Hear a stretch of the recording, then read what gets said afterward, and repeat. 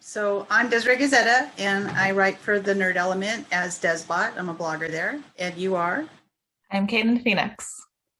and you do. I am the creator and writer of A la Brava, it's a universe of Latina superhero graphic novels. Great. So how did you get approached to do the panel at Comic Con? I know you also did one at WonderCon. I did, yeah. They found me on Instagram, oddly enough. Somebody, because they're the same organization. So they found me, they wrote me, they're like, hey, can you pitch panels for WonderCon earlier this year? And I said, sure. And they're like, okay, send in at least two. And I said, okay. And so I sent in two. They chose one, of course. And then they sent me another email later on, for Comic-Con. Mhm. And they said, okay, can you pitch again, but make it more academic? And I said, okay. I guess WonderCon was not academic. And so I said, okay, that's fine. Raise the stakes for San Diego. And so I did. We did the breaking stereotypes of Latinas through Latina superheroes. So it was really amazing. I had a different panelist as well as Mhm. moderator. It's the same thing. They were all very academic. Like we have the psychologist, we have the Eisner Award-winning professor. We have really amazing people. Myself and my artists as well. Just Mhm. just hanging out with them. But wow, like everything that they knew so much more. There's a comic historian as well. Really great people. What was that experience like? It was amazing. I enjoy it. I enjoy listening, honestly. I know I was on the panel, but I Mhm. much rather listen to them because they have so much more to give, and for me to learn. And I'm just there to absorb all their knowledge. Can you tell us about the comics or other media that may have influenced your style for your own comic books? I come from film, like independent, of course, but I come from film. And so I grew up watching everything 90s. So I had all the best Disney movies, right? The Disney princesses and everything 90s, so millennial. And I had all the best action films just because I'm millennial. So we're extremely humble and we think we're, the best. And so like we literally had, so like I put and kind of fuse them together. So Latina superheroes, it's literally a mix of just female characters. I'm not going to use the word strong because all females are Mhm. strong, but female characters with action put together, right? Because of course they'll save the building or they'll save the city or they'll save XYZ because they're people. It has nothing to do with being a male or being white. It has to do with Mhm. your character as a person. And so that's the way I always seen it. And then my style kind of lends a little bit more towards anime. They have the bigger eyes, they have the soft cheeks. I'm sorry, their chins as well, because I just like that style, and I do like watching anime as well. I think they're Mhm. so much more advanced than we are in regards to stories and visually as well. They do very very aesthetically pleasing shots. Mhm. Can you tell us about your superhero line, who they are and what their stories are? Yeah, absolutely. So there's a lot. I have five, and they're 5 books. They're 5 origin stories. On the sixth book, they become a team. So that is the origin story of the team called A la Brava. And the first five are Jalisco. She's my dancer from Mexico. So she dances folklorico, Mexican traditional dance. Blades come out of her dress. And down the femicide. So it's really presenting aesthetically because I'm very macabre as well. But blades come out of the dress. So when she can like deflect bullets, or she goes like that and they shoot out as well because it's a big dress. And so she takes down the femicide in Mexico, which is Women of Juarez, or MMIW, Missing Murdered Indigenous Women. It's the same concept. She goes to save her mom. Her mom gets stolen at the very beginning. She wants to find her mom. And that's what starts her off. She doesn't want to be a superhero. She doesn't care about that stuff. She just literally wants to save her mom. Along the way, she becomes a superhero because she has no choice. So that's the first one that came out. The second one is Santa. That's my political one that takes place on a border town of Texas. It's called Wexo, made up border town. And it's very, very racial tensions are going on right there because there's a big mayor race going in town. Santa joins the Democratic side, otherwise known as Domino side. The conservative side has the Mhm. front runner called Ice, and that's Irene Chavez Estevez. So she, I personified Ice. So we know she's the villain. Eventually, racial tensions rise. They keep getting worse and worse as the mayor campaigns continue. ICE starts getting those Zikas, which are just civilians, not immigrants, the civilians, start putting them in the detention centers. Mhm. It's not that with all her friends, she raids the detention center. She has divine strength and she'll always survive. No one can kill her spirit. That's her strength. So she has divine strength. So she's a brawler, but she can like throw somebody across the room. It doesn't Mhm. matter her size. She doesn't transform or anything, but she will always survive. So that is her power. The third one that just came out is Lukita. She's my cute one, as I call her. She fights supernatural. because the other ones are so dark, and I go back dark, you'll see. But she's my cute one. She's my high schooler. She fights the supernatural. She comes to womanhood, so she starts seeing demons and ghosts and goblins and ghouls. She befriends a ghost, and she actually becomes a team detective within the supernatural world to help to save the ghost. And we don't know that, when she doesn't know that either until later on. And she ends up fighting Vaika, which is the main demon, the demon of all the demons, at the very end. And so that's the third one. The fourth and the fifth one are still being made. So that is Druga, my Stella Chicana, my Chola from Boyle Heights, which is where I'm from. She has instant karma. So say you accidentally shoulder her, she'll do something very Chola, like, because we're stereotyped, like check her hoop earrings or a ring, and you will get shouldered back, like by magic or by whatever you want to call it, but you will get instantly shouldered back.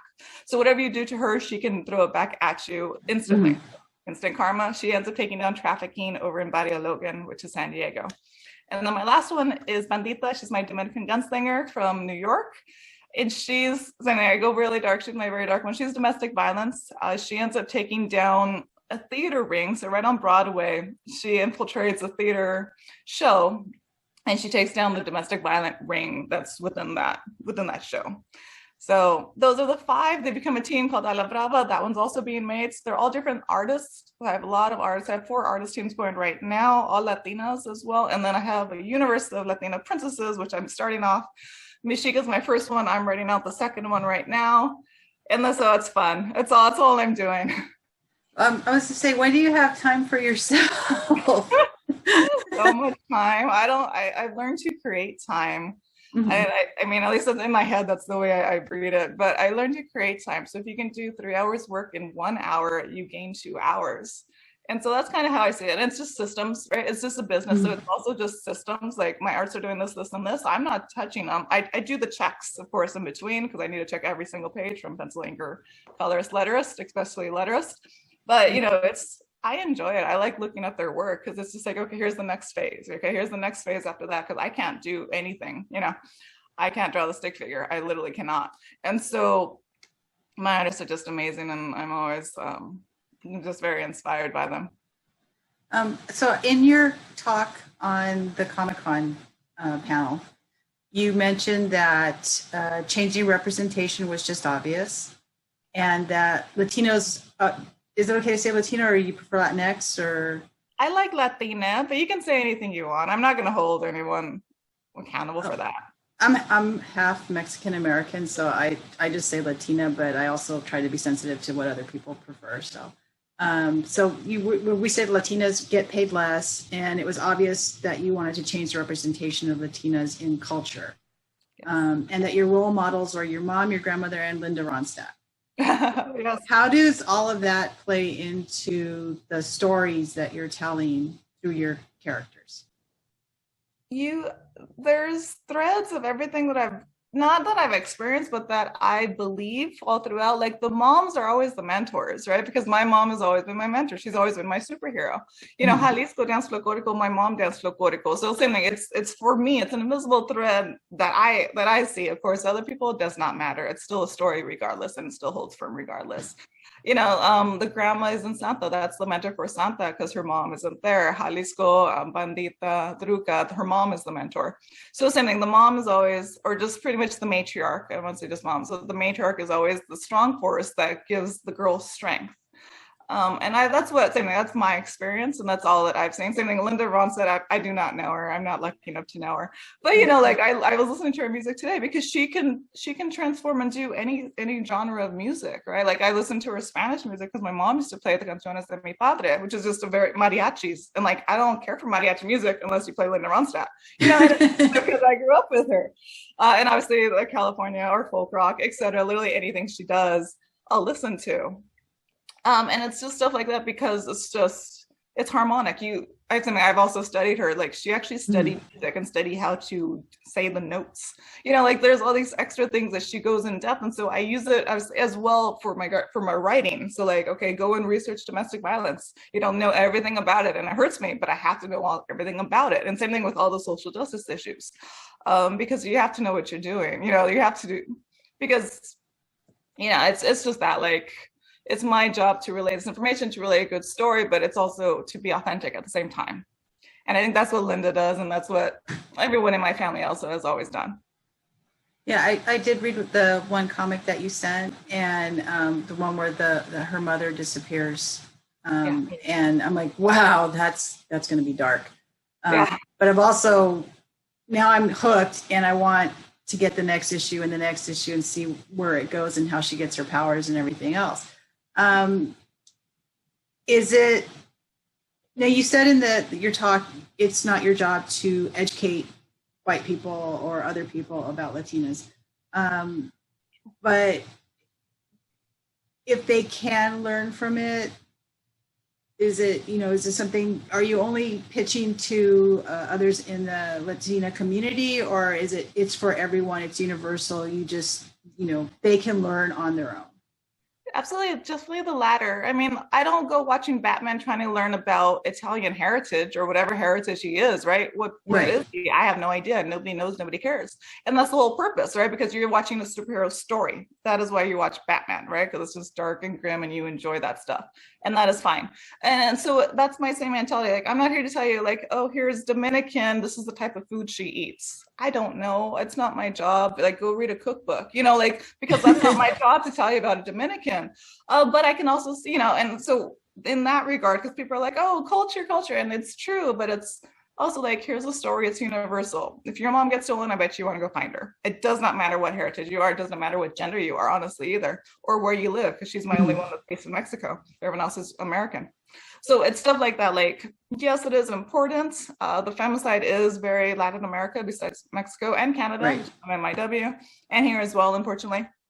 But it's a universal story regardless. Lukita is my teen one that goes to high school, and like, that's everybody. Everyone goes to high school, we're all teens and we all have those weird things that we have to grow through. And so that is how I see it. And so I'm not an educator. No, that's not my job. I'm not a teacher. I am an entertainer at the end of the day, right? I'm in entertainment business. I'm in the media, for comics as well, but that is entertainment. That is my job. If by, afterwards you want to go and look up femicide because you never heard about it, great, please do. If you want to go look up Dominicans or Puerto Ricans, please do, absolutely. But that is not necessarily my job. Like, you look at Black Widow, like, they're not saying, here's Russia, go Right. look into Right. it. They would never say that, here's the food that Russians eat, because that just sounds absurd. But for me to get it because I'm Latina, it's just like, why do I have to get it? Like, here's a superhero story, which is what you wanted. Right. Well, it's important, I think, for young girls of any culture to see their culture represented. And like you were saying, so Natasha is Russian, but she's not really, it's not like all about her Russian heritage. It's about how much she kicks butt. Yeah. So would you want your comics to touch that nerve, to show little girls you can be anything and you can be a superhero? It doesn't have to be this white representation of what superheroes are supposed to be. Yeah, absolutely. I mean, like I was saying, like, I have lots of non-white people read it. I have lots of males read it as well. Like, I'm very, very obviously female forward and female centric, like female villain, female mentor, female superhero, female friends, male friends too sometimes, but like, why not? Like, because you look at any movie, like even Avengers, there's only two girls that exist in the Avengers, and like, that's the wife trope and then the girl that dies trope, and that's it. We have the sacrificial lamb and we have a mom or a wife. And like, we're more than that. We're fine if that's two, but like, we're much more than that. And so I don't necessarily say, okay, let me do the white version of superheroes. Just that's all we know. It's unfortunate, right? Like, what else do we have? Same thing 90s, right? We had Gina Davis and we had Sigourney Weaver, which are absolutely great. I'm so glad I got to watch them in movies, but like, they're the ones who are like, yeah, of course I can drive a car and go, I could do literally anything and fly off a cliff. Because it's, it doesn't need to make sense. It's just the whole point that it stood its own ground regardless. Right. And that's kind of the stuff that I look at. And then, oops, popped out my earpiece. You said also that you lead by example. That you followed how your mentors reacted to racism and sexism. You believe in equality and diversity and bringing other Latinas along with you in your job. Can you talk about that personal connection that you have? Yeah, I'm very fortunate because I'm sheltered, or I was sheltered at least. And so because of that, I didn't see the outside world, like the patriarchal oppression, as much until obviously I got out into the real world after college, or really and then when I got into the entertainment industry is that when you really see it. But like at my house, I did dishes, my brother did dishes. You know, like I had 3 chores of cleaning, my brother had 3 chores of cleaning. We cleaned a lot, you know, and it's just like because it was equal, because that's what my mom dictated. Like, here's your week for this, here's your week for that. And that is all, you know, I took piano, my brother took piano. I did swim, my brother did swim. Like, it's literally, we were equal. Obviously, eventually, you know, we lean our own ways, but like we did everything the same, regardless of gender, because gender is irrelevant in that sense in regards to activities or just anything physical abilities or just character building. And so that is what I learned. And that is all I've known.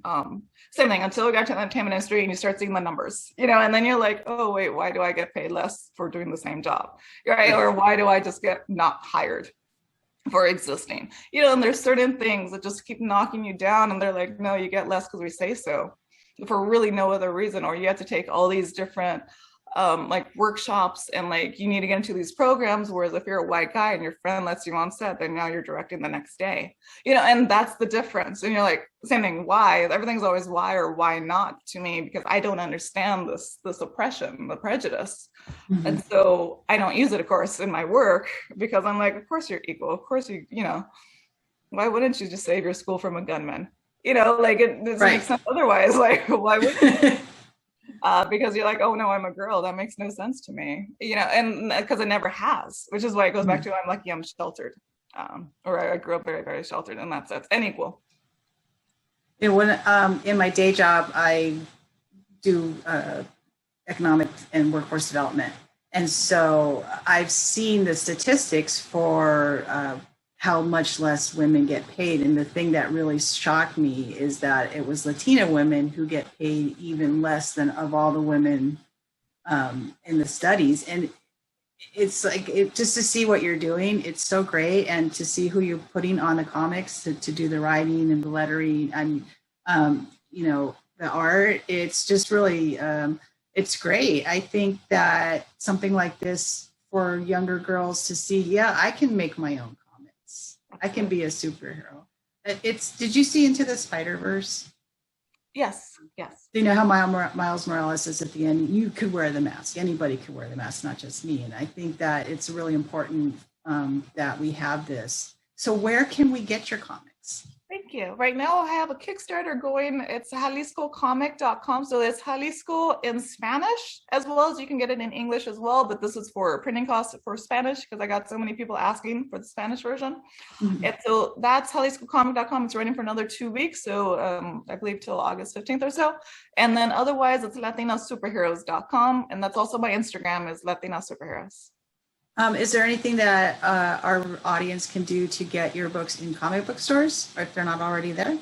If you want, you can ask your comic book store. I'm in every LA County and Orange County bookstore because they're amazing. And I do book signings as well whenever I have a new release. It's been very well received. I'm in Barnes & Nobles and Target and Walmart, which is also just really cool because I'm so independent. I'm a self-publisher as well. But yeah, please ask your bookstore if it's not there. I would absolutely love them to carry it. I'm going to get through Diamond Distribution soon. I'm with Ingram, which is why I'm on the other one, the other sources right now.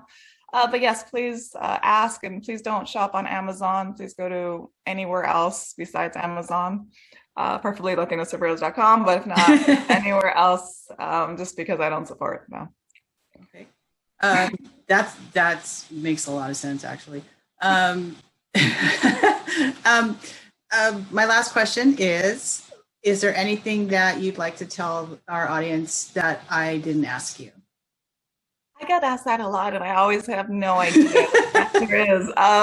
No, I think you've done a very great job. But like you're saying, like Phoenix Studios, my mission statement is to create a superhero mindset in all marginalized individuals, regardless of class or race or socioeconomic level, or just literally anything, right? Because everything in the world is so oppressive, especially if you're not, you know, the white hetero cis male, you know. And so just always just keep going. That's Lukita's logline, or I'm sorry, dedication page. And it's important, and the rules goes for everyone. Just be, you know, just always keep going, because that's what we don't get told. Females don't get told that, you know, and guys get it left and right no matter what for some reason, And so just keep going because you will get the blows, but eventually you learn to fight back and you'll always get back up. That's great. That's a great message. Sorry, I ended on a cliche question. You know, sometimes it's hard to come up with all, you know, the most different questions you can, because I know that you're, you know, talking to the same stuff to a lot of people. And I do appreciate your time. I have one question I don't think many people get asked, and that's, what question would you like to get asked that you haven't been asked before? Well, then I have to answer it. Let's see, that's a good one, actually. I'd want to get asked. I honestly am very easygoing, so it's not like I'm necessarily hiding anything. Mm-hmm. You can always ask me. Honestly, I don't know. I even do my big crazy dream ones. Like, people ask me way out there questions, which is great. Mm-hmm. But I don't have an answer. I'll have to text you. I'll have to email you later on that one. The next time I talk to you, I will have one of those out there questions, because that's like my specialty, is when I read stuff and I come up with, like, you know, this interpretation that no one's ever thought of, I think. And then people stare at me like, what is wrong with her? So anyway, it's really been great to talk to you. Thank you for having taking the time with us. Yeah. And we'll see you on the shelves hopefully soon in our local comic book stores across the United States and Latin America. Absolutely. Yeah, that's my next future as well. What's it gonna? Yeah, Portuguese. That's a question. So no one's asked me what my next language is for Jalisco, or really for all of them, but everyone wants Spanish. So I'm doing Spanish, at least for Jalisco. The rest we have to wait. And then Portuguese is actually the next one. Somebody asked me to do a Portuguese version. I don't translate anything. I have to hire translations, you know, translators, and then the letterist again to just do that one bit. But that would be the question that no one asked me, is what's my next language after Spanish? It'll be Portuguese. Oh, that's great. Thanks for that scoop. Appreciate that. And we'll talk to you soon. Great. Have a great day. Have a great week. Bye-bye.